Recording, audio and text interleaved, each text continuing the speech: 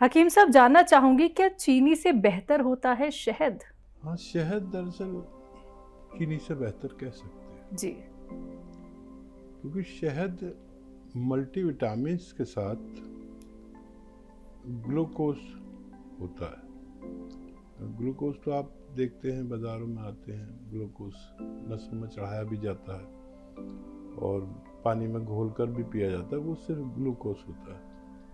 और ये शहद जो है मल्टीविटामिन्स के साथ होता है। अगर असली हो तो शहद को हम चीनी से बेहतर ज़रूर कह सकते हैं।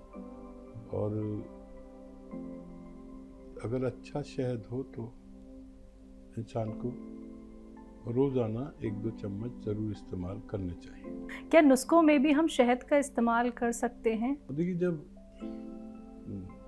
शहद चीनी या चाशनी से बेहतर है तो पहले तो ज़्यादातर दवाइयाँ शहद में ही बनती थी, और फिर शहद अब बड़ी बड़ी कंपनियों में इस्तेमाल नहीं होता, उसकी जगह चाशनी इस्तेमाल होती है। तो जहाँ भी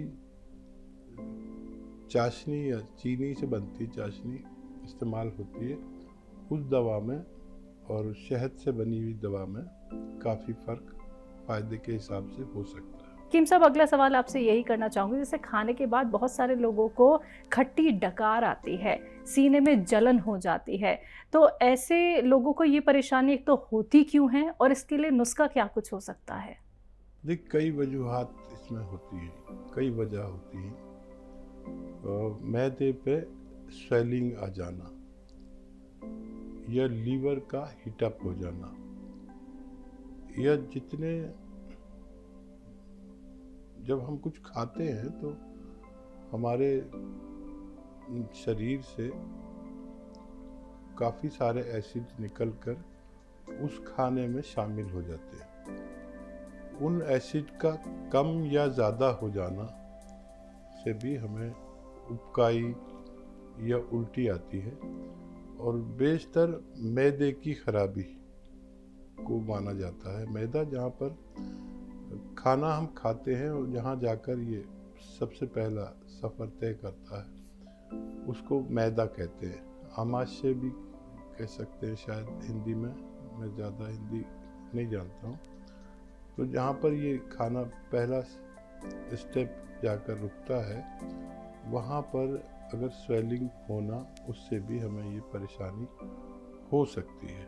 इसके लिए हमें ऐसी चीज़ें खानी चाहिए जिससे वरम दूर हो जाए। वरम यानी स्वेलिंग।